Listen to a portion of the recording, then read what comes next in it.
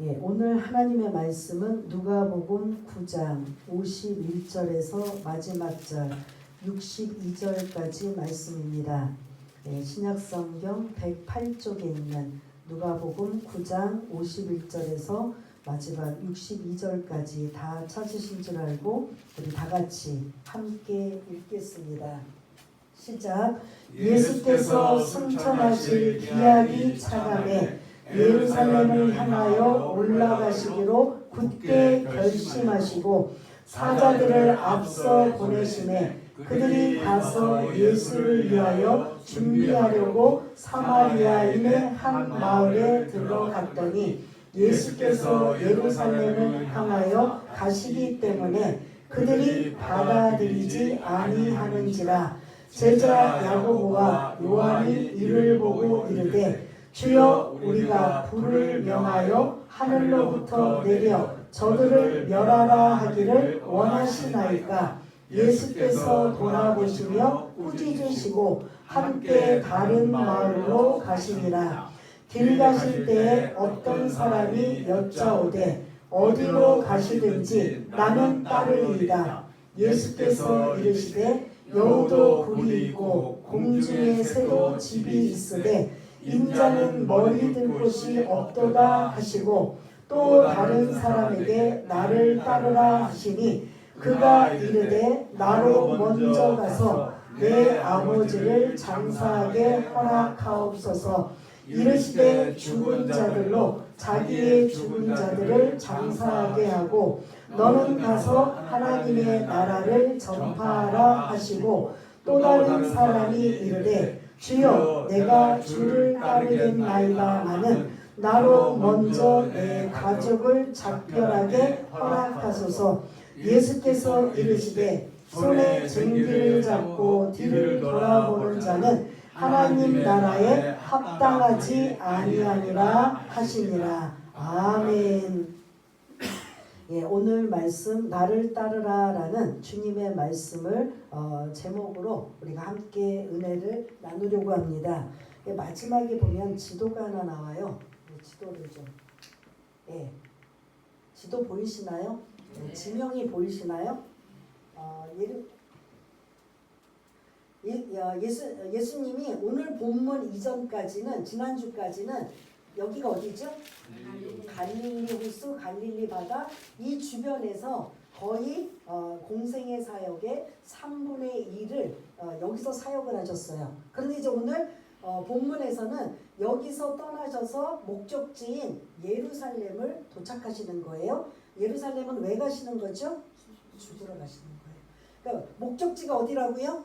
예루살렘이에요. 그래서 지금 갈릴리에서 예루살렘까지의 이 과정이 19장 45절까지가 오늘 본문 9장 51절에서 19장 45절까지가 여기 중간의 내용이고 이제 19장 45절에 보면 예루살렘으로 성전에 들어가시는 내용이에요. 그래서 19장까지의 이 중간에 그 예수님이 이전에 갈릴리에서는 하늘나라의 그 말씀도 선포하시지만 주로 무슨 사역을 하셨냐면 치유 사역을 하셨어요. 귀신을 쫓아내시고 병든 자를 고치시는 이러한 사역을 이곳에서 하셨다면 이제 이 가는 예루살렘을 목적으로 두고 있는 이 가는 여정에서는 거의 제자들을 훈련시키는 과정이에요. 그렇잖아요. 이제 조금 있으면 주님이 제자들과 어떻게 해요? 늘 같이 있어요? 떨어져 있어요. 그럼 어떻게 하든 주님 없이 이 제자들 12명을 중심으로 하는 제자들이 홀로 서기를 하고 그리고 예수님이 하셨던 것들을 이어나가야 되기 때문에 오늘 본문부터 예루살렘에 도착하는 이 과정 속에서는 여행 이야기라고도 해요. 어디를 지금 목적지는 어디라고요? 예루살렘이에요. 그 예루살렘으로 가는 중에 지금 뭐 하고 계시냐면 여행 중이에요. 가시는 도중 여행인데 그 여행 도중에 초점이 뭐냐면 제자들을 훈련시키고 가르치시는 게 목적이고 그리고 이제 도중에 이런 종교 지도자들과의 논쟁 그래서 치유와 이런 것들은 조금 여기보다는 좀 적어요. 하시기는 하시겠지만 주로 하나님 나라의 말씀 그리고 제자들을 훈련시키고 그리고 종교 지도자들의 논쟁이 이 여행 이야기 19장 45절까지의 내용들이 이 사이에 감춰져 있는 걸 볼 수가 있습니다. 오늘 그게 첫 이제 시작이고요. 그래서 또 이제 본문에 나가기 전에 말씀을 드리자면 여기 지금 뭐라고 썼는지 보이세요? 사마리아. 그러니까 그 구약에 보면 이렇게 이스라엘이 처음에는 하나가 되어 있다가 우리나라처럼 남북으로 갈라졌어요. 쪼개졌어요. 솔로몬 아시죠? 솔로몬 왕, 그러니까 사울 왕이 1대 왕이고 2대 왕은 누구죠? 2대 왕, 다윗 왕. 그리고 3대 왕은 다윗의 아들 솔로몬 왕. 그러면 4대 왕이 나와야 되는데 솔로몬 왕 때 많은 복도 받았지만 이제 많은 여인과 여러 가지 우상을 섬기는 거로 인하여 이 남북이 갈라져요. 그래서 남쪽은 남유다, 북쪽은 북이스라엘. 예, 북쪽은 이제 그 지파가 많아요. 남유다는 뭐 레위 지파와 유다 지파 이렇게 남아 있기 때문에 남유다와 북이스라엘로 솔로몬 왕 이후에 남북한이 우리나라처럼 갈라져 버려요. 그런데 나중에 BC 586년에 저 북쪽에 있는 아수르에 의해서 이 북이스라엘이 멸망을 당해요. 나중에 남유다는 이제 721년에 바벨론에 의해서 죄송합니다. 721년 아수르에 의해서 멸망을 당할 때 이 북이스라엘의 특징은 뭐냐면 아수르라는 나라가 쳐들어와서 뭐를 하냐면 강제 이주를 시키고 강제 결혼을 시켜요. 근데 하나님은 이방인들과 결혼을 허락하셔요, 안 하셔요? 안 돼요. 우상 때문에. 우상을 섬기는 일 때문에 그 영향을 받아서 하나님의 백성들이 그 영향으로 하나님을 떠날까봐 이방인들하고 결혼을 절대로 금하고 계시는데 아수르라는 나라는 이 쳐들어와서 이를 장악한 다음에 가장 먼저 한 게 뭐냐면 자기네 나라 사람들과 여기 사람들과 뭘 시켰다고요? 결혼을 시킨 거예요.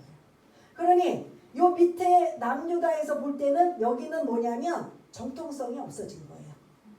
유대인이 아닌 거예요. 특히 이 사마리아 지역이 그렇게 혼혈 정책과 이런 강제 이주와 강제 결혼을 그런 정책을 쓰여서 여기 남유다 유대인이라고 하는 이 정통성을 가진 자들이 사마리아의 이 근처에 살고 있는 사람들을 유대인이라고 인정을 안 해줘요. 그래서 예수님 시대에 이 사마리아와 이 유대는 서로 적이 된 거예요. 서로 그런 갈등하고 그리고 늘 문제를 발생하고 있는 이 상황이에요. 왜? 남유다는 이것들은 우리하고 이제 우리나라 단일민족 하잖아요. 그것처럼 남유다는 단일민족인데 사마리아는 자이든 타이든 어떻게 됐다고 했어요? 이방인과 결혼을 하여서 얘네들은 이제 정통성이 없는 거예요. 하나님 백성이 아니라는 거예요. 이 남유다가 생각하기에. 그래서 얘네들은 옛날에는 한 민족이었지는 몰라도 지금은 아니라고 선을 거놨어요. 누가? 유대인들이. 그래서 갈릴리에서 유대인들이 이 예루살렘의 절기와 명절을 지키기 위해서 항상 이곳에 1년에 몇 차례 모여야 되는데 여기 있는 사람들이 여기를 가기 위해서 이렇게 직선적으로 내려가면 빠른데 이 사람들하고 부딪히고 문제가 생기고 더 심하면 살인까지 일어나기 때문에 어떻게 하냐면 이렇게 요단강을 건너서 이렇게 멀리 이렇게 와요. 돌아와요. 예수님 시대도 그랬어요. 근데 오늘 본문에 보면 예수님이 보통 유대인들이 여기 있는 사람들이 예루살렘을 가려면 반드시 이게 지금 요단강이거든요. 요단강 건너편으로 돌아서 이렇게 건너와야 사마리아 사람들하고 안 부딪혀요. 근데 예수님은 오늘 직접적으로 어떻게 가시냐면 52절에 보니까 뭐 하고 있어요? 사마리아로 들어가셨어요. 그러면 문제가 생길까요? 안 생길까요? 그래서 이러한 거 또 왜 문제가 되냐? 그 아수르에서 강제 그런 결혼 때문에도 문제가 되지만 북이스라엘 멸망하기 전에 남유다로 나누어졌을 때 이 북이스라엘이 갈라졌지만 제사를 지내고 예배를 드리려면 이들도 다 어디로 가야 돼요? 예루살렘으로 가야 돼요. 근데 예루살렘으로 가는 걸 이제 처음에는 갔지만 나중에는 시간이 지나서 사마리아 그 근처에 있는 세겜이라는 그리심산이라는 곳에서 따로 예배를 드려요. 하나님은 한 분이신데 여기 그들이 그리심산이라는 곳에서 예배드리고 남유다는 예루살렘에서 예배를 드려요. 그러다 보니까 북이스라엘과 남유다는 자꾸 거리가 멀어져. 이미 멸망하기 전부터 예배 자체도 따로 드리고 서로 이런 생각하는 노선이 다르다 보니까 이미 북이스라엘과 남유다는 이게 문제가 많이 발생이 됐는데 더 문제는 아수르에 의해서 멸망을 당하고 이제 혼혈 정책인 결혼을 하게 되다 보니까 이제 남유다에서는 쟤네들은 우리 유대인이 아니야. 그 정통성에서 완전히 제외해버려요. 그러면 이 사람들은 사마리아를 그렇게 본다지만 사마리아 사람들은 그거를 그렇게 받아들이고 그렇게 인식하는 유다 사람들을 유대인들을 향해 어떤 생각이 들을 것 같아요? 호감? 비호감? 너희들이 우리를 그렇게 봐? 우리가 의도하지 않은 상황에 아수르에서 멸망을 당해서 이런 어쩔 수 없는 상황이었다면 너희들이 보듬어 주기는커녕 우리를 완전히 적대시하고 경멸하고 무시하고 해? 그러면 우리도 그러면 너희들 안 봐. 서로 이게 적대적이 돼버린 거예요. 그래서 항상 이 갈릴리에 있는 유대인들이 이곳 예루살렘을 향해 명절을 내려온다면 가기 위해서 이쪽이 빠르거든요. 이렇게 내려가면 3, 4일이면 갈 수 있는 길을 이렇게 멀리 돌아서 예루살렘을 가야 되는 이런 상황이 예수님 당시에 이루어지고 있어요. 그러면 지금 결론적으로 사마리아와 유대인들은 사이가 좋다 나쁘다? 엄청 나빠요. 나빠도 이거는 완전히 특히 유대인들이 사마리아를 완전히 이방인 취급하고 이방인들은 뭘로 여겨요? 개, 돼지 취급당하듯이 여기가 지금 그런 취급을 받고 있는 상황이에요. 그래서 사마리아 사람들도 유대인들이 여기를 지나간다 그러면 이 사마리아 사람들이 곱게 안 지나가게 만들어요. 어떻게든 트집을 잡든지 문제를 만들든지 해서 싸우든지 뭐 욕을 해대든지 더 심하면 살인까지 일어나게 되는 이런 상황이다 보니까 유대인들이 그런 미연에 방지하기 위해서 다 어떻게 간다? 요단강을 건너서 이렇게 돌아 예루살렘을 향해 간다. 이해가 되십니까? 이런 배경을 가지고 오늘 이제 말씀을 나누려고 합니다. 51절을 이제 다시 띄워주시면 51절이 오늘 그런 방향의 키예요. 51절 예루살렘을 향한 목적을 두고 가시는 여행 이야기가 오늘 51절부터 시작이 된다라는 거죠. 51절 우리가 읽었지만 한 번만 더 읽겠습니다. 시작. 예수께서 승천하실 기약이 차감해 예루살렘을 향하여 올라가시기로 굳게 결심하시고. 아멘. 예수님이 지금 두 가지의 중요한 이런 그 단어가 나와요. 첫 번째는 뭘 것 같아요? 승천. 승천이 뭐죠? 하늘로 올라가셔. 원래 예수님이 어디 계셨던 분이에요? 하늘에 계셨던 분이에요. 근데 뭐 하기 위해서? 십자가 사역, 우리의 죄 문제를 해결하시고 우리 모든 인류를 구원하시기 위해서 잠시 이 땅에 오셨는데 죽으러 오신 거예요. 그렇지만 죽음 하면은 모든 것들이 실패와 이런 것들이 좌절이라고 생각할 수 있는데 누가는 단어를 뭐로 생각했냐면 승천이라는 거예요. 죽지만 십자가에서 죽으시지만 부활하시고 다시 원래의 자리 어디로 가신다? 하늘로 다시 올라가시는 걸 용어로 뭐라고요? 승천. 이게 이제 사도행전에 등장하고 있는 내용을 누가는 이렇게 기록합니다. 왜냐하면 누가는 누가복음뿐만 아니라 뭐도 기록했다고요? 사도행전. 그래서 누가복음과 사도행전을 여러분들이 혼자 읽으시면 사도행전으로 바로 연결해서 읽으시면 누가의 의도를 더 쉽게 이해가 돼요. 그래서 사도행전의 승천이라는 단어가 사도행전에 등장하고 있는 걸 누가는 51절에 드디어 이제 50절까지는 거의 1장부터 50절까지는 거의 1장부터 9장 50절까지는 거의 어디에서 사역을 하셨다? 갈릴리 사역에서 거의 그의 공생의 사역의 3분의 1을 이곳에서 이제 하시고 이제 목적지인 어디를 향해 가신다?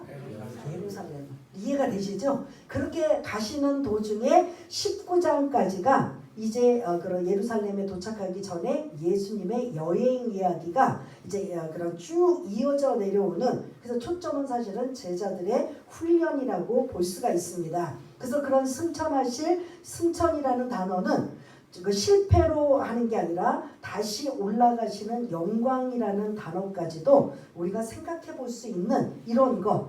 그래서 그렇게 승천하실 기약이 어떻게 됐다고요? 찼다. 기약이 다가왔다. 이제 얼마 안 남았다. 그걸 이제 길게 잡으면 1년으로 보는 거예요.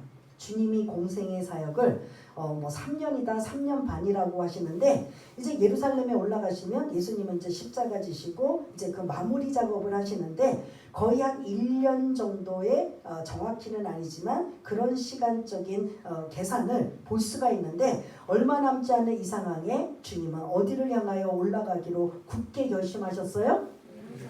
예루살렘을 향하여 올라가기로 굳게 결심하였다. 그냥 예루살렘으로 향하여 올라가시기로 하셨다라고 했었는데, 거기에 굳게 우리가 뭔가 그런 결의를 다짐고 뭔가 이렇게 목적을 향하여 할 때 굳게 결심이라는 단어를 쓰잖아요. 주님도 지금 이걸 쓰고 계셔요. 여러분들이 어떤 것들을 굳게 결심한다라는 건 좋은 쪽을 향해서 나갈 때 굳게 결심해요? 아니면 힘들고 어렵지만 반드시 그 일을 가정을 거쳐야만 되는 걸 굳게 결심이라고 해요. 전자예요? 후자예요? 예? 전자? 그러니까 전자는 뭐가 앞으로 펼쳐질 좋을 일들, 고생도 없고 지금 조금 제가 이해도를 좀 드리자면, 그렇게 하기 위해서 굳게 결심하나요? 아니면 힘들고 어렵지만 고난이 따라오는 건 불보듯 하지만 내가 이 길을 가야 되기 때문에 나는 굳게 결심했다. 어떤 것 같아요? 당연히 후자일 거죠. 주님이 지금 이런 마음이에요. 예루살렘은 뭐하러 가신다고요? 죽으시러 가시는 거예요. 근데 어떤 사람이 좋아하겠어요? 좋아요? 그것도 그냥 죽는 게 잠시 짧게가 아니라 갖은 고난과 모욕과 멸시와 고통, 이 모든 것들을 수반하여 겸하시고 죽으신단 말이에요. 그리고 그 골고다 언덕길을 자기가 죽으실 십자가를 지시고 가셔야 될 이 모든 과정을 주님은 지금 알고 계시기 때문에 그걸 향하여 올라가시기로 뭐 하셨다? 결심하셨다. 아니고 뭐를 하셨다? 굳게 결심하셨다. 지금 앞으로 펼쳐질 고난, 고통, 이러한 십자가의 그런 죽음의 이러한 일들을 앞으로 짊어지시기 위해서 예수님은 예루살렘을 향하여 올라가기로 굳게 결심하시고 이제 갈릴리 지역에서 벗어나 예루살렘을 향하여 여행하고 계십니다. 이해가 되시나요? 아까 그 지도와 오늘 51절을 연결해서 여러분들이 기억하시기를 바라겠습니다. 그러한 토대로 이제 나머지는 이제 조금 이제 말씀만 드리면 돼요. 이러한 배경을 가지고 갈릴리를 벗어나 52절에 보니까 어떤 지역에 지금 들어가셨어요? 그러면 아까 설명을 드린 것처럼 유대인들이 지금 예수님과 12명의 제자들 그 무리들이 대다수가 유대인들이란 말이에요. 그냥 몇 명이 그냥 적게 와서 조용히 있으면 되는데 예수님 주변에는 지금 사람들이 많아요, 적어요? 계속 따라다니는 사람들이 많아요. 그러다 보니까 사마리아에서도 눈에 띄어요, 안 띄어요? 띄다 보니까 이 사람들은 도대체 누구냐? 라고 하다 보면 이 사람들이 일단은 첫 번째 유대인 사람들인 거죠. 그러면 이 유대인 사람들이 아까 그 배경을 말씀드리면 곱게 환영할까요? 아니면 어떻게 할까요? 못마땅할까요? 못마땅한 거죠. 왜? 지네들 그 요단강 건너서 멀리 돌아가지고 우리랑 안 부딪히려고, 이제 지금 제가 말씀만 드려도 아시겠죠? 예, 그 지도를 그렇게 가는데 왜 지금 이렇게 많은 무리가 왜 우리 지역으로 지금 들어왔어? 하고 이미 선입견을 뭐하고 있다? 달갑게 여기지 않고 거부하고 있다라는 거죠. 예수님을 거부하고 있는 게 52절인데, 사자들을 앞서 보내시며 그들이 가서 예수를 위하여 준비하려고 사마리아 사람들이 살고 있는 한 마을에 들어갔는데, 그 사람들이 어떻게 하느냐면 예수님을 53절을 좀 띄워주시면 그들이 예수님을 받아들이지 아니하였다 라고 나와요. 거절했다는 거예요. 왜 오셔요? 왜 요단강 건너서 안 가시고 왜 우리 사마리아 지구로 오십니까? 이미 이제 완전히 선입견으로 즉 경계하고 거절하고 못마땅하게 여기고 있어요. 그 이유가 53절 아까 여러분들께 설명을 드린 게 이 53절에 나와요. 한번 읽어볼까요? 53절 시작. 예수께서 예루살렘을 향하여 가시기 때문에 그들이 받아들이지 아니하는지라. 아멘. 이해가 되시나요? 왜 예수님의 무리들, 예수님과 그들을 사마리아 사람들이 거절하고 받아들이지 않은 건 그들이 어디 가는 게 목적이라고요? 사마리아 사람들은 싫거든요. 그리고 사마리아 사람들은 이 예루살렘에 사는 유대인들 그 남유다가 우리를 얼마나 무시하고 경멸하고 이방인 취급하고 그리고 개 돼지와 같이 여기고 그래서 어떻게든 그냥 그 모멸감을 늘 갖고 있는 사마리아 사람들이 그냥 들어와서 있다 가는 것도 아니고 예루살렘의 목적지를 향하여 지나가시는 사마리아를 거쳐가신다라는 이것에 사마리아 사람들이 지금 반감을 가지고 있는 걸 볼 수가 있습니다. 이것도 하나의 어떻게 보냐면 예수님을 사마리아에서 거절하고 있는 이러한 모습이에요. 51절은 배경적인 그런 차원의 이제 갈릴리를 벗어나 목적지인 예루살렘을 향해 가시는 여행 이야기라고 말씀드리면 52절부터 56절까지의 사마리아인들이 예수님을 환영했다, 거절했다. 이유는 53절 나오죠? 이분들이 어디를 가기 위해서? 예루살렘을 가기 때문에 그것을 못마땅히 여기고 가뜩이나 계속 그런 유대인들하고 지금 이렇게 대치 상태에 있기 때문에 예수님 자체도 거부하고 있는 이런 무시당하고 거부당하고 있는 걸 54절에 두 명의 제자가 등장해요. 여기 베드로가 나와요? 안 나와요? 누가 누구? 그럼 야고보와 요한은 어떤 관계인 것 같아요?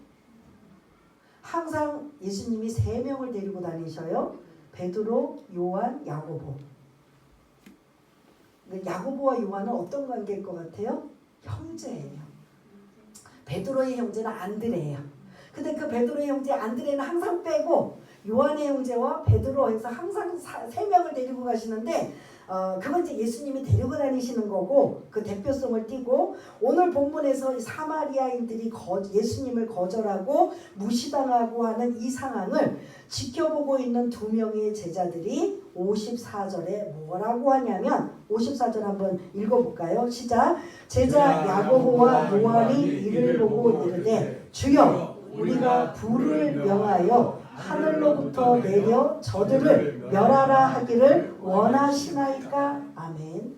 주님, 우리가 지금 이렇게 무시를 당하고 있어요. 거절당하고 있어요. 주님 말씀하시면 이 지금 사마리아에 불이 떨어져서 이 사람들을 다 죽이게 할까요? 무서운 심판과도 같은 말씀을 누가 지금 하고 있어요? 근데 엄밀히 말하면 주님은 지금 뭐 하러 가셔요? 왜 죽으러 가셔요? 왜 죽으러 가셔요? 죄 문제. 그건 다른 말로 우리를 사랑하시고 생명을 살리기 위해서 가시는 길이란 말이에요. 아직도 주님의 의도와 뜻을 모르는 이 두 명의 제자들은 주님이 무시를 당하고 자기네들도 무시를 당하고 업신여김을 당하는 걸 보고 주님 이 사마리아에 불이 내려서 이들을 말씀만 하십시오. 그러면 불이 명하여서 이들을 다 태워 죽이겠습니다 하고 심판이라는 무서운 메시지를 할 때 그 뒷부분에 이제 주님이 책망하고 계시는 걸 볼 수가 있는데 여러분들이 성경을 많이 알고 계시면 이게 누구를 떠올리셔야 돼요. 누가 이걸 했다는 거예요. 누가 사마리아 지역에 불을 내려 50부장 군인 50명을 불에 태워 죽인 사건이 사마리아에 있었어요. 과거에 언제? 약 800년 전에 800년 후에 이 사마리아를 예수님이 함께 지나가고 이 무시를 당하고 할 때 두 명의 제자가 이미 800년 전에 이 사마리아 지역에 이런 사건이 일어난 것을 이들이 기억하고 곧바로 기다렸다는 듯이 주님 앞에 지금 이 800년 후에도 똑같이 사마리아에다 불을 내려서 이 사람들 우리를 무시하고 업신여긴 자를 다 태워서 죽일까요? 좀 말씀만 하세요. 근데 기억들이 안 나죠? 무슨 내용인지 모르시죠? 엘리야가 그랬어요.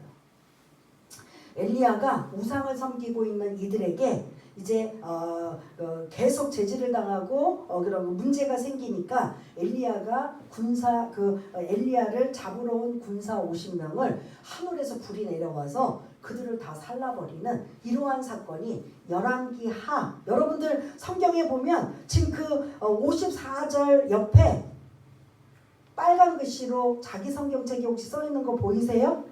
뭐라고 써 있어요? 왕하 1장 10절 12절. 그게 그 내용이에요. 이미 그 전에 사마리아 지역에 이런 일이 있었던 걸 우리는 몰라요. 우리는 배워야 되고 알려줘야 되고 하지만 이들은 구약의 역사를 알고 있기 때문에 이 사마리아 지역에 아마 이렇게 대접을 받고 그런 풍성하게 그런 그 대접을 받았다면 이런 생각을 안 할 터인데 거절을 당하고 엘리야도 거절을 당한 것처럼 똑같은 상황이 지금 펼쳐지니까 이 야고보와 요한은 누구를 생각했느냐? 이전에 누구를 생각했어요? 엘리야를 생각한 거죠. 주님 말씀만 하세요. 엘리야가 그때 한 것처럼 그때는 군사 50이지만 지금 여기 있는 마을들을 다 불을 내려 태워버릴까요? 지금 이 말 뜻에 이해가 되시나요? 그런 뜻이에요. 그랬더니 55절에 주님이 그들을 향해 뭐 하셨다? 칭찬하셨다? 야단을 치신 거예요. 너희들은 정말 몰라도 진짜 모르는구나. 너희들이 내 제자들 아니냐? 근데 내가 지금 너희들 뭐하러 내가 가고 있는지 너희들 몰라? 내가 지금 계속 말을 했잖아. 나는 죽을 것이다. 고난을 당하고 죽을 것이고 3일 만에 다시 부활할 것이다 라는 거 너희들에게 알려주지 않았느냐? 근데 제자들은 그걸 염두에 둬요? 안 둬요? 안 둬요. 듣고 싶은 것만 듣고 보고 싶은 것만 보고 이분은 우리의 이제 예루살렘만 가시면 왕이 되셔서 왕이 되시면 우리도 그냥 전체 중요한 자리들을 깨차고 우리도 이제 한 자리 할 거야. 이제 불행 끝 행복 시작. 이것만 바라고 지금 계속 주님을 따라다니고 있기 때문에 뭐 어떤 식으로 말을 해도 그냥 자기네들 하고 싶은 대로 말하는데 주님은 항상 머릿속에 뭐냐면 이 땅에 오신 게 그 요한복음 3장 16절 기억하시나요? 하나님이 세상을 이처럼 사랑하사 독생자를 주셨으니 이는 저를 믿는 자마다 멸망하지 않고 영생을 얻게 하려 하심이니라. 아멘. 예수님이 오신 목적은 마지막 뭐를 하기 위해서? 영생, 생명. 그래서 17절에 보면 이건 심판이 아니라 생명을 얻기 위하여 오신 목적이에요. 그 사마리아인이든 뭐 어떤 이방인이든 뭐 땅끝까지 어떤 자든 모든 인류를 제 문제로 구원받지 못하는 이 문제를 직접 예수님이 해결하기 위해서 이 땅에 오셔서 사랑, 생명, 영생 이런 것으로 지금 오셨는데 옆에 따라다니는 요한과 베드로, 야고보가 지금 불을 내려서 이들을 다 심판하리까라고 사랑, 생명이 아닌 뭘로 지금 가고 있어요. 제자들은 심판 쪽으로 가고 있으니까 55절 예수님이 그들을 돌아보시며 뭐 하셨다? 이해가 되시나요? 국어책 설명하듯이 이제 설명하는 거예요. 그래서 지금 첫 번째 제자들이 예수님이 어느 마을에서 지금 거절을 당하고 계셔요. 사마리아에서 거절을 당하셔요. 그리고 이제 이동하셔요. 다른 마을로. 거기서 거절을 당하니까 다른 마을 어디로 가셨는지는 이제 뭐 또 나중에 또 유추해 볼 수 있고 57절부터 62절까지 세 부류의 예수님을 거절하는 장면이 나와요. 어떻게 거절하고 있는지 한번 우리가 57절 58절을 보면 이제 예수님이 12명의 제자들과 많은 무리들이 따라다니고 있을 때 어떤 사람이 불쑥 나타나서 57절에 길 가실 때 어떤 사람이 여짜오되 어디로 가시든지 주님이 가는 길이라면 나는 따르겠습니다. 주님이 항상 나를 따르라 하는 제자를 부르시는데 이 사람이 스스로 주님을 따르겠대요. 그런데 이 사람이 어떤 마음으로 따르는지 58절을 보면 알 수가 있어요. 주님이 그 사람의 마음을 깨뜨려 보시느냐. 야, 나는 여우도 굴이 있고 또 새도 뭐가 있어요? 집이 있는데 나는 뭐하다? 인자는 머리 들 곳이 없다. 나는 집도 뭐도 아무것도 없어. 그러니 고생 각오하고 날 따르겠느냐? 라고 했을 때 그 58절 이후에 이 따르겠다는 사람 자체가 없어져 버려요. 주님 그래도 따르겠어요 라고 했다면 이 사람은 제자가 되겠지요. 그런데 주님이 대놓고 야 나는 집도 없고 머물 곳도 없고 뭐 아무것도 없어. 야 여우와 새 공중의 새도 이렇게 집이 있는데 인자는 머리 둘 곳이 없는데 너 고생 각오할 거면 따라와 라고 했을 때 이 사람은 이제 온데간데 없이 이제 예수님을 스스로 따르겠다고 했지만 이제 예수님을 거절하고 떠나요. 이 사람의 의도는 뭐냐? 와 주님을 따라가 보니까 이 분이 대단한 분이거든. 뭐 어떤 누구 뭐 우리는 막 종교 지도자한테 막 기가 죽고 막 그냥 찍소리도 못하는데 그분 앞에서도 그들 앞에서도 당당하시지 이적과 기적을 행하시지 뭐 그냥 뭐 이분은 진짜 우리가 기다리는 메시아 구세주야. 그래서 이분이 이제 예루살렘으로 가시고 왕만 되신다면 12명의 자리는 못 들어와도 13번째나 그 뒤는 되겠지라는 성공지향주의의 생각을 가지고 주님을 따르겠습니다. 그래서 따르는 건 좋은데 너 생각을 잘 해야 돼. 고생할 각오하고 나는 너에게 줄 것이 아무것도 없어. 근데 따를 거면 따라와. 그랬을 때 이 사람 어떻게 돼요? 없어져요. 조용히 가버려요. 그래서 주님이 그렇게 말씀하시네. 첫 번째 거절하고 돌아간 부류가 57, 58절이에요. 이제 59절부터 마지막 62절까지는 주님이 두 사람을 향하여 나를 따라라 그래요. 그 첫 번째 59절 60절에 보면은 어떤 사람에게 주님이 이제는 57절 58절에는 어떤 사람이 주님 앞에 따르겠다고 했을 때 네가 따르겠다라는 의도가 나는 알고 있기 때문에 고생할 각오게 된다면 따라와 봐라. 그랬더니 그 사람이 그 주님의 그 말씀에 거절하고 떠나요. 근데 59절부터 62절까지의 두 사람은 주님이 부르셔요. 나를 따라와. 나를 따라라. 그게 다른 말로 뭐냐면 제자가 되라는 소리예요. 내 제자가 되라. 그 따라와. 라고 했을 때 59절에 뭐라고 지금 이 사람이 조용히 따라가는 거예요? 아니면 59절에 보면 그가 이르되 라고 하면서 뭐라고 해요? 네, 아버지. 나로 먼저 가서 내 아버지를 장사하게 허락하옵소서.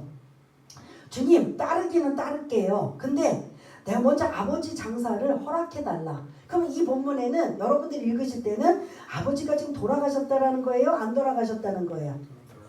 예? 돌아가셨다? 앞으로 돌아가실 것이다? 아니면 이제 나이가 많으셔서 이제 앞으로 돌아가실 것이다? 돌아가실 것이다. 뭘 것 같아요? 돌아가실 것이다.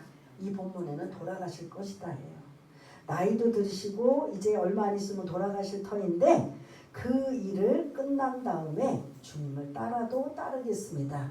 이건 주님을 따르겠다라는 소리예요? 이유와 핑계를 대고 거절하는 거예요? 거절인 거죠.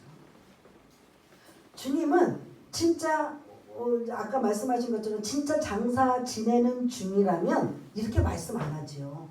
오히려 참여하시고 잘 이루어지게 하시겠지만 이거는 이 사람이 이유와 핑계를 대고 아주 점잖게 주님이 말씀하신 나를 따르라를 뭐하고 있어요? 거절하고 있는 거죠. 주님 따르긴 따르겠어요. 그런데 아버지가 이제 연로하시고 살이 얼마 남지 않아서 이제 장례를 다 끝난 다음에 뭔가 이 일이 이렇게 깔끔하게 주님을 따라도 아무 거리낌이 없을 때 주님 따르겠어요. 약간 이거 저와 여러분 캥기지 않아요? 주님, 저 애가 어리면 애 다 키운 다음에 제가 열심히 할게요.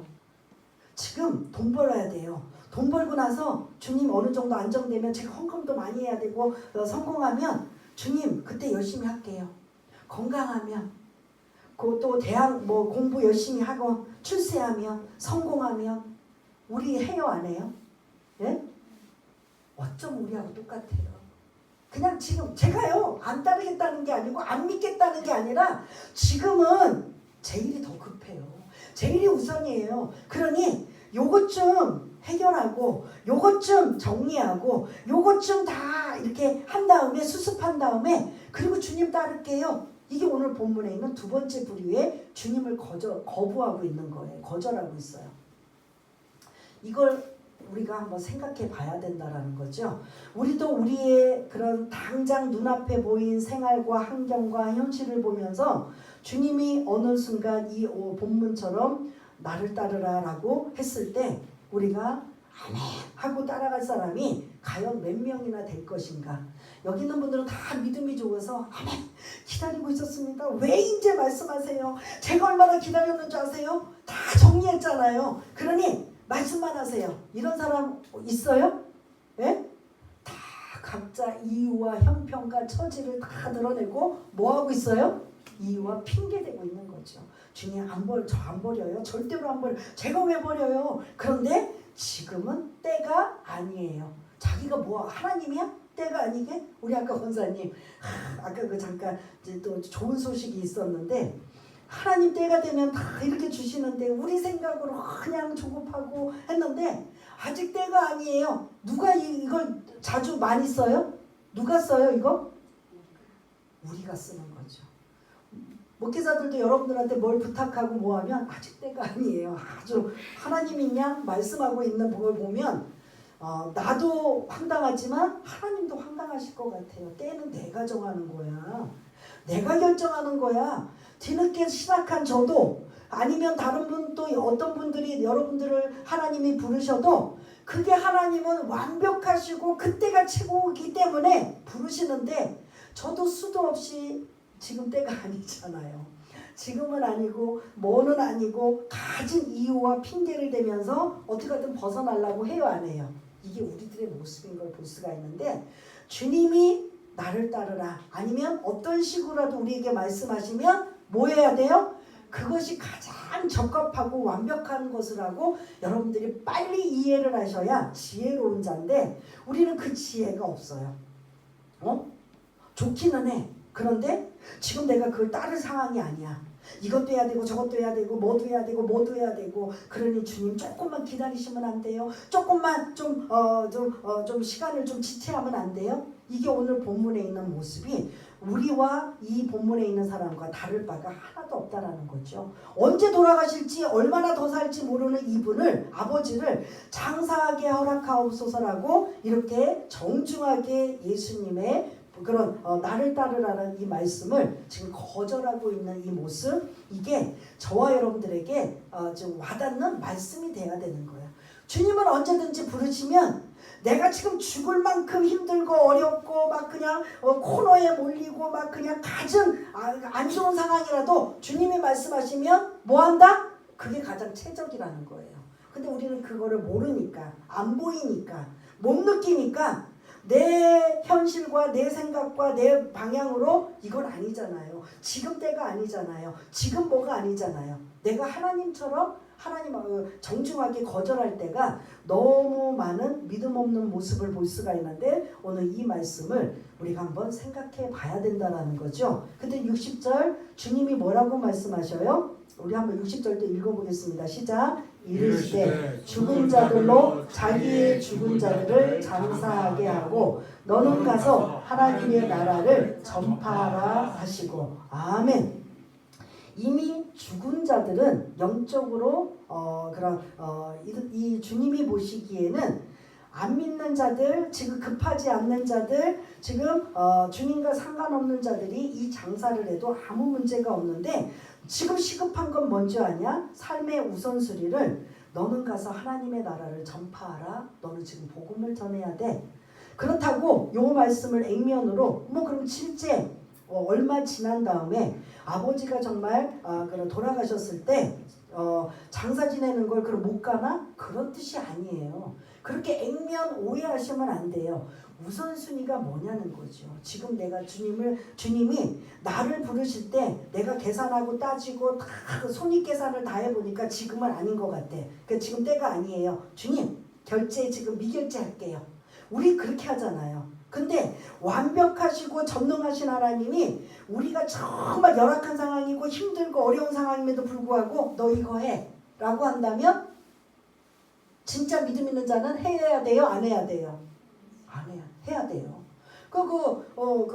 영국에 있는 스펄전 목사님하고 조지 물러 목사님 언젠가도 말씀드렸잖아요. 조지 물러 목사님 그 당시에 고아들이 많다 보니까 조지 물러 목사님이 많은 아이들을 그 고아들을 데리고 살다 보니까 그 고아들을 먹여야 되는 이러한 경제적인 그 돈이 필요한 거예요. 근데 조지 물러 목사님은 매일 남한테 손 벌리는 일이 이게 힘들으니까 매일 그 조지 물러 목사님 하는 일은 뭐였던 거면 기도하는 거예요. 그냥 엎드려서 기도하는 거예요. 그래서 5만 번 응답 기도했다고 할 정도로 하나님 이 아이들이 먹을 게 없어요. 이 아이들은 뭐가 없어요. 그 기도하면 하나님이 다 뭐 해주신다? 해결해 주셔요. 때를 따라. 그래서 굶은 적도 없고 고생한 적이 없어요. 뭐 때문에? 기도하면서 하나님 앞에 도움을 요청해요. 근데 그 친구인 스펄전 목사님은 자기도 뭐 하다 보니까 이제 좀 돈이 없네. 뭐가 필요하네. 그러다 보니까 조지 물러 목사님처럼은 안 하고 부흥 강사로 막 여기저기 가서 설교하고 사례비 받고 해서 필요한 돈을 딱 해서 이제 그 문제를 해결하려고 하나님 감사합니다 하고 눈을 감았는데 야, 그 돈 누구에게 갖다 줘라? 조지 물러에게 갖다 줘라. 아니 저 필요한데요. 저 지금 필요한데요. 갖다 줘. 그러니 안 갖다 줄 수가 없잖아. 완전히 그 직접 응답을 받았는데 약간 입이 나와가지고 조지 물러 목사님을 향해 갔다는 겁니다. 갔을 때 그 목사님은 여전히 뭐하고 계셔요? 기도하고 계십니다. 그러니까 약간 기분이 안 좋은 걸로 여기 있네 돈 필요하면 쓰게. 그로부터 이제 그 목사님이 나도 조지 물러 목사님처럼 내가 나가서 부흥에 뛰고 사례비 받고 설교해서 다닐 게 아니라 나도 저 조지 물러처럼 뭐 하면 된다?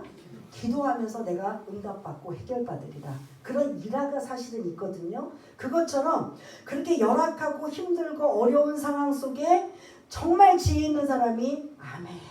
그런데 아멘은 하지만 아직 해결할 것도 많고 막 그냥 막 머리가 막 복잡하고 막 그냥 뒤숭숭하지만 주님 말씀이라면 따르겠습니다라고 한다면 여러분들이 주님이라면 그 사람의 문제 해결해 주실까요? 안 해주실까요? 이게 성경적인 방법인데 우리는 그 성경적인 방법을 채택 안 해요. 이거 해주시면, 이거 해결해 주시면, 저거 풀어주시면, 이것저것 다 해주시면 그때 따르겠습니다. 왜냐하면 저도 그랬기 때문이에요. 부끄러운 마음으로 저도 그랬기 때문에 그런 많은 이유와 핑계를 대고 거절했던 두 번째 부류의 사람이 아버지의 장사를 허락하옵소서라고 정중하게 주님을 따르는 이러한 것들을 핑계를 대요. 세 번째 사람은 61절 사람이에요. 61절 한번 읽어볼까요? 시작. 또 다른 사람이 이르되 주여 내가 주를 따르겠나이다마는 나로 먼저 내 가족을 작별하게 허락하소서. 아멘. 또 한 사람도 주님이 나를 따라라 라고 했더니 이 사람도 정중하게 이유와 핑계를 대는 게 어떤 핑계를 대요? 가족들과 작별하라. 근데 주님이 진짜 작별을 못하게 할까요? 그게 아니고 이 사람의 의도가 다른 의도예요.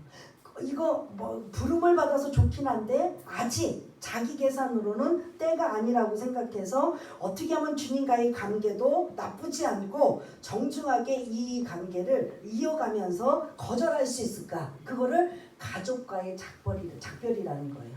여러분들 만일 여기 계신 분들 중에 한 분이 정말 선교사로 나가신다거나 아주 특별한 일을 하나님이 부름받아 할 때 그거에 대해서 고민하고 기도는 하지만 오늘 본문처럼 만약에 해석을 한다면 내 가족과 작별하게 허락하소서라고 했을 때 여러분들의 남편이나 아내나 자녀들이 모두 다 하나님의 뜻이라면 가야지요. 다 그렇게 할까요? 안 할까요? 더 믿음 없고 더 말도 안 되는 사람은 이걸 다 뭐 할 것 같아요? 말리지요. 못 가게 하지요. 무슨 소리냐고 하지요. 더군다나 위험한 지역에 간다 그러면 더 말도 안 되는 일이죠. 절대로 안 돼. 이거를 이제 나중에 남편이 아내가 자녀가 이제 주님이 나를 부르셨어. 이제는 그래서 나는 이제 여러분들하고 이제 헤어져 있어야 돼. 그래 나는 잘 지내. 그리고 나는 주님을 따를 거야. 라고 이런 의도로 한 게 아니라 남편이나 아내나 자녀를 통해서 만류하고 붙들는 이러한 것들을 어떤 식으로 지금 핑계를 대고 있는 거예요. 그래서 따라가고 싶은 마음이 없기 때문에 이런 핑계를 대면서 지금 정중하게 그런 거절하고 있는 세 번째 부류의 사람이 지금 등장하고 있습니다. 그런데 주님이 62절 뭐라고 말씀하시는지 또한 읽겠습니다. 시작. 예수께서 이르시되 손에 쟁기를 잡고 뒤를 돌아보는 자는 하나님의 나라에 합당하지 아니하니라 하시니라. 아멘. 여기 계신 분들 중에 농사 지신 분들 계시지요? 혹간 쟁기가 뭔지도 아시지요? 쟁기를 앞을 보고 가야 삐뚤빼뚤 않고 갈 수 있어요? 뒤를 보고 가야 잘 쟁기질 할 수 있어요? 뒤를 보고 가면 어떻게 돼요? 예? 꾸불꾸불하고 잘못 가고 이거는 이제 결론적으로 보면 농사를 망칠 수밖에 없는데 이거를 주님이 이렇게 지금 표현하고 있습니다. 너가 너의 가족 그리고 따르지 않고 뒤를 보게 된다면 이건 하나님의 나라에 합당하지 않는다. 근데 이게 1장부터 9장 49절까지 주님이 치유 사역하시고 귀신을 쫓으시고 그리고 하나님 나라의 말씀을 선포하시는 그 내용과 오늘 본문 예수님이 이제 예루살렘을 목적으로 가시는 여행 이야기의 내용과 좀 달라요? 틀려요? 예? 예수님이 지금 이 제자들을 보시면서 하시는 내용이 틀려요? 달라요?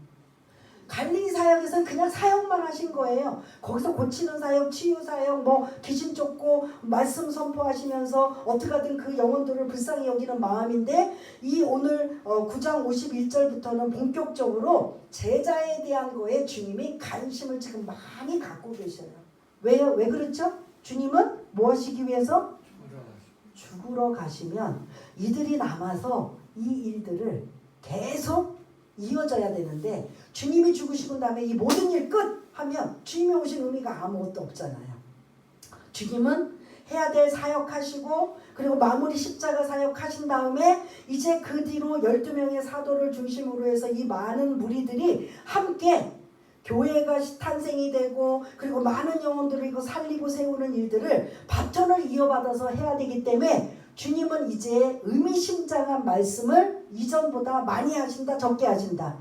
많이 하셔요. 그래서 여러분들이 성경을 읽으실 때 9장 51절부터 이제 좀 딱딱하고 좀 지루하고 좀 이렇게 막 들을 때 이게 읽을 때 좀 뭔가 이게 부담스러운 내용들을 주님은 이제 앞으로 많이 하실 거예요. 그러면서 이제 그렇잖아요. 여러분들 많이 죄송하지만 이제 세상을 죄송합니다. 며칠 안 남았어요. 천국 갈 일이 며칠 안 남았다면 여러분들이 그냥 의미심장한 일만 하실까요? 아니면 그냥 뭐 되는 대로 막 시간 보내고 때우실까요? 어떨 것 같아요? 저도 마찬가지고 여러분들에게 시간이 만일 한 달밖에 안 남았어요. 그러면 그 한 달을 야 내가 한 달 남은 거 그냥 내가 지금까지 못한 거 실컷 놀고 그냥 즐기는 거로만 끝나겠다 하시겠어요? 아니면 하나씩 정리하면서 자식에게 의미 있는 일 아니면 내가 마무리를 어떤 식으로라도 하는 이런 걸 하겠어요? 전자의 후자예요? 예? 전자. 노는 거? 놀러 다니는 거? 조금만 안 나오니까 그렇게 살 거지. 만약 자식들이 어리다면 지금은 다 크시니까 다 성인이니까 만약 자식이 이제 막 초등학교 중고등학생이면 어떨 것 같아요? 편해요? 아이 그렇진 않죠. 자식들이 하는데. 주님이 이 자녀들 제자들을 볼 때는 성인으로 볼까요? 아직도 어린아이로 볼까요? 어린아이인 거죠.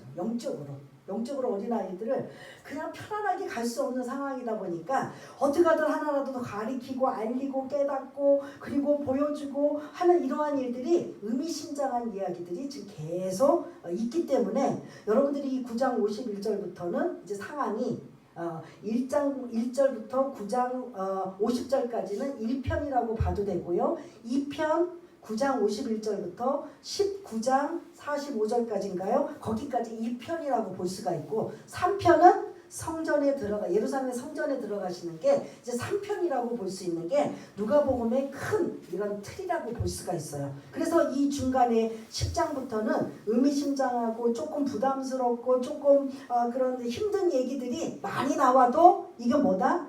주님의 이런 의도가 담겨져 있고, 그리고 언제까지 우리는 달콤하고 그런 쉽고 이런 것만 들을 게 아니라 내가 진짜 주님의 자녀고 제자가 돼야 될 이런 상황이면 나는 이 말씀에 어떻게 나는 맞닥뜨리고 어떻게 나는 적용을 할 것인가, 이게 저와 여러분들의 숙제라는 거죠. 오늘 사마리아인들이 예수님이 무리들이 왔을 때 환영했어요?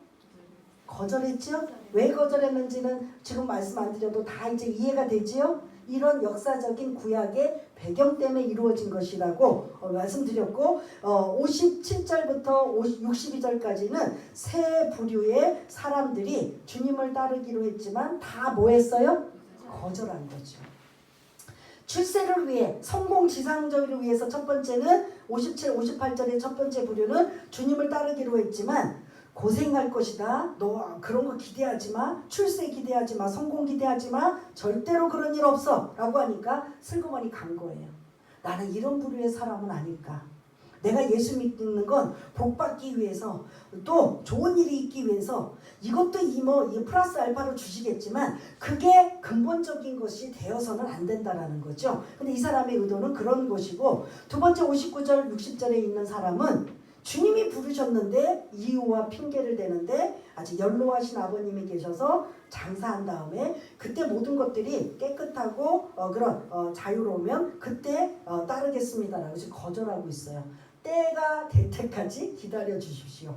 이 말은 사실 누가 해야 돼요? 주님이 하셔야 되는 거예요. 지금 때가 아니에요. 주님 지금 때가 아니에요. 목사님 지금 때가 아니에요. 저도 지금 교회 봉사도 싶고 뭐도 하고 싶은데요. 저도 때가 아니에요. 이런 말은 한적이면 의도적으로 하지 마세요. 제가 너무 부족해서 아직은 좀 그런 것 같은데, 믿음도 없는 것 같은데 하고 어떻게 하든 말을 돌리셔도 때가 아닌 건 누가 해요? 하나님이 완전하게 때를 말씀하시는데 자기가 뭐라고 때예요? 내가 하나님이에요? 여러분이 하나님이에요? 절대로 때가 아니라는 건 안 하셨으면 좋겠어요. 그렇죠. 순종해야 되죠. 근데 제가 왜 이렇게 믿음이 없는지 아직까지 힘드네요. 어떻게라도 말을 좀 돌려서라도 하든가. 제일 좋은 방법은 뭐예요? 순종인 거죠. 순종할 때 여러 가지 숙제할 것들이 많고 막 복잡하고 막 그냥 머릿속이 막 해도 주님이 말씀하시면 그때가 순종이면 그걸 뭐 하시기 위해서? 해결해 주시기 위한 목적이라는 것도 여러분들이 지혜롭게 아시기를 바라겠습니다. 세 번째, 나를 따르라고 했을 때 무슨 핑계를 대지요?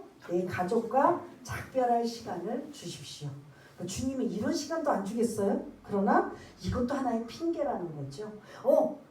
감사합니다. 근데 내가 가족이랑 작별하다 보니까 내 아내가, 남편이, 자녀가 막 그냥 막 죽어도 못 보내라고 막 잡네요. 그래서 우리는 어쩔 수가 없네요. 라고 할 수 있는 여지를 지금 계속 가지며 본인 자신의 결정은 주님을 지금 때가 아니어서 따르지 못하겠다라는 이유와 핑계를 대고 있는 이것이 사실은 저도 많이 찔려요. 제가 뭐 잘난 것도 없고 많이 배운 것도 없고 말을 잘하는 것도 아니고 뭐 어떤 환경도 아닌데 목회자로 부름을 받았을 때 너무 제 입장에서는, 하나님 죄송하지만 황당한 거예요. 아니 어떻게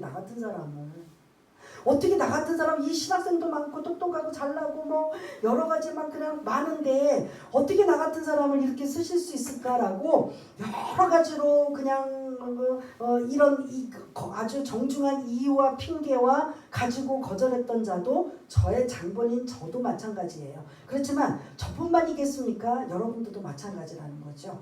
진짜는 내가 지금 어렵고 힘들고 열악한 상황이지만 주님이 부르신다면 그때 우리는 뭐 해야 되죠? 안 닥치니까 여러분 대답할 수 있잖아요. 뭐 하셔야 돼요? 순종하는 거죠. 따르겠습니다. 근데 주님 아시지요? 제가 지금 얼마나 힘들고 그래도 주님 따르겠어요. 그러면 주님이 어떻게 하실 것 같아요? 예? 상황 보고 그 사람 상황 그냥 고생시키고 막 그냥 그거 재미있으라고 막 그냥 놀리는 재미로 그 사람의 모든 형편과 처지가 막 복잡한데 놔두고 그냥 따르는 걸로만 데리고 다니실 것 같아요? 하나님은 그런 분이 아니시에요. 근데 우리는 그거 생각 안 해요. 그냥 정중하게 이유와 핑계와 이런 것들을 거절하면서 지금은 때가 아니고 나중에요 라고 하고 하는 이런 어리석음이 여기 계신 모든 분들은 없었으면 좋겠습니다. 모두가 지혜로운 자가 되었으면 좋겠습니다. 하나님이 부르실 만한 때가 되니까 부르신 거고, 또 복 주실 만한 때가 되니까 또 부르신 거고, 또 환경을 열어주실 만한 때가 되니까 부르신 건데, 나는 이거 먼저 조건을 먼저 달잖아요. 이거 먼저 해주시고 저거 먼저 해주시고, 그래서 나는 이 작별하게 하고 장사 지내게 하고 뭐 다 해결해 주면 그때 이제 나는 다 끝났으니까 그때 따르겠습니다. 근데 그 사람이 진짜 그때 따를까요? 안 따를까요? 절대 안 따라요. 또 그때는 또 다른 문제가 생겨요. 우리는 오늘 이 말씀을 토대로 해서 주님이 만일 부르신다면 이게 너무 감사한 일이죠. 그때 우리는 뭐 해야 돼요? 순종하며 따르겠습니다. 나머지 일은 하나님 책임져 주세요. 이게 더 무서워요? 안 무서워요? 이게 진짜예요. 근데 아니요. 해결해 주시면 따를게요. 조건부 달고 뭐 이유와 핑계를 대고 하는 이런 어리석은 자가 아니라 오늘 이 말씀으로 주님이 우리를 이렇게 이 사람들뿐만 아니라 우리를 부르시고 우리를 제자 삼으실 만한 이러한 일이 있다면 언제든지 순종하며 믿음으로 반응하며 따라갈 수 있는 저와 여러분 모두가 다 되시기를 바라겠습니다. 오늘 이 말씀 붙잡고 우리 한번 잠시 기도하는 시간을 갖겠습니다. 하나님 아버지, 예수님은 이제 예루살렘을 향해 여행하고 계실 때 시간이 사실은 얼마 남지 않는 상황에 어떻게든 제자들을 훈련시키고 그리고 많은 사람들을 제자로 훈련을 받아 주님은 십자가 사역을 마치고 승천하시면 그 다음 이들을 인하여 이제 많은 영혼들을 살리고 세우는 일들이 땅끝까지 이르러 해야 될 계획들을 하고 계시는데, 그래서 우리가 뽑히고 우리가 자녀가 되고 우리가 제자가 되었음을 우리는 이제 알았다면 언제든지 핑계와 이유로 대고 거절할 것이 아니라 순종이라는 여러분들의 입술로 말씀하신 것처럼 네, 따르겠습니다. 네, 해가겠습니다. 그러나 나의 삶을 책임져 주옵소서, 나의 환경을 책임져 주옵소서, 나의 모든 상황을 하나님 책임져 주옵소서라고 하나님 앞에 맡기고 따라갈 수 있는 진정한 하나님의 제자들 다 될 수 있도록 주님 도와주시옵소서. 하나님 아버지 감사합니다. 주님이 오늘 본문에 있는 말씀부터 시작하여 이제 앞으로 의미심장한 말씀, 때로는 부담되는 말씀, 때로는 이런 어려운 말씀들을 많이 제자들에게 하실 터인데 그 말씀들이 왜 그런 말씀을 하시는지 오늘 배경을 통해 살펴보았다면 우리가 다시 한번 깨닫고 매일 영적인 어린아이가 아니라 이제 조금씩 성장하여 믿음의 장성한 분량에 성령님의 능력으로 늘 승리할 수 있는 귀하고 복되어 하나님이 보시기에 참된 제자로 살아갈 수 있는 모든 분들 다 될 수 있도록 주님 도와주옵소서. 모든 것 감사드리오며 사랑이 많으신 예수님 이름으로 기도드리옵나이다. 아멘.